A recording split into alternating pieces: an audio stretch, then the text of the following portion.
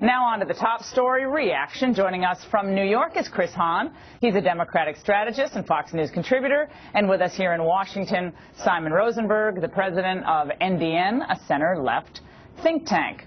All right, Simon, let's start with you. Now, you got Gergen and you had Tom Brokaw and others kind of like, Joe Biden looked a little silly. He's a man of almost 70 years old, and he was acting like he was an 8th grader, you know, at the schoolyard, trying to taunt the kid who's maybe not in the cool crowd.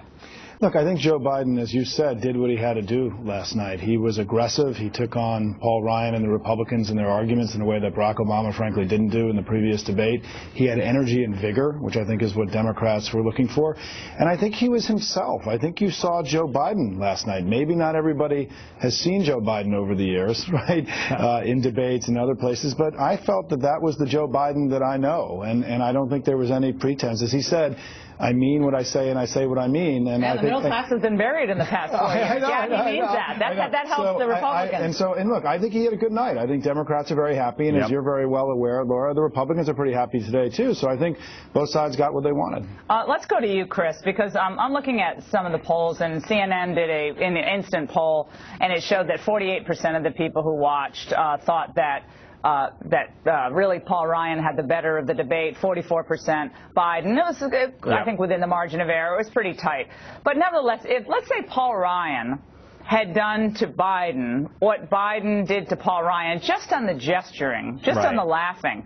How do you think the media today would be playing all of this? How do you think they'd be reacting? I have a feeling they'd say it was really disrespect president and unbecoming of a man such as Paul Ryan. That's just my sense. You know, look, I think that the polls show that people saw what they wanted to see in the debate. If you were predisposed to like Democrats, you loved what Joe Biden did. I loved what Joe Biden did. If you're a Republican, you loved what Ryan did. That's the way it goes. But if Ryan would have acted up and been a little bit more in your face, it probably wouldn't have gone well for him, simply because he's got the age factor. Look, he's very young looking. He's very young in fact. So he has to act a little bit more reserved. He has to stay within himself, or he would come across very poorly. I think Joe did what the Democratic Party needed him to do. There's been a lot of hand-wringing among the party and wailing and gnashing of teeth, people saying, woe is me, since the president's last performance. I think Joe Biden came out there and took it to the Republicans last night in a way that Democrats wanted to see.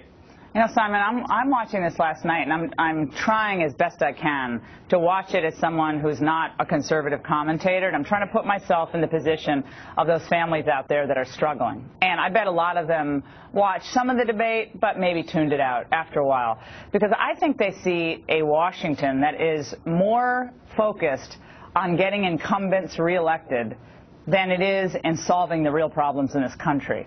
And so Biden might have scored a point here or there, and Ryan might have held his own.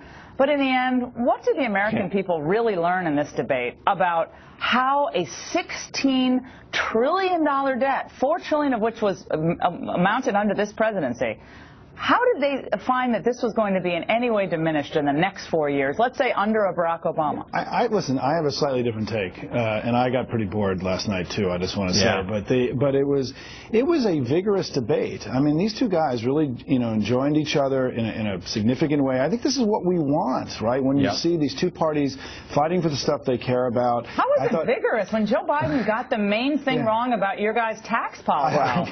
Millionaires were the only ones going to be covered? Paul Ryan had a pretty hard time, answering the question about where the offsets were on the loopholes too. I mean, so I think, look, they haven't been in office for the last 4 years. I think they covered a lot of ground last night, from Libya to taxes to abortion. So I think people got a vigorous and broad debate. Go ahead, Chris. Laura, Simon, let's take it for what it is. The vice presidential debate's like the halftime show at the Super Bowl. Every once in a while, you get a wardrobe malfunction, and we talk about it for a while. But mostly it's Madonna and that guy on the tightrope, and we forget about it the next day. Next week, we'll be talking about the presidential debate. That's the main show. That's the big game. I can't wait for it.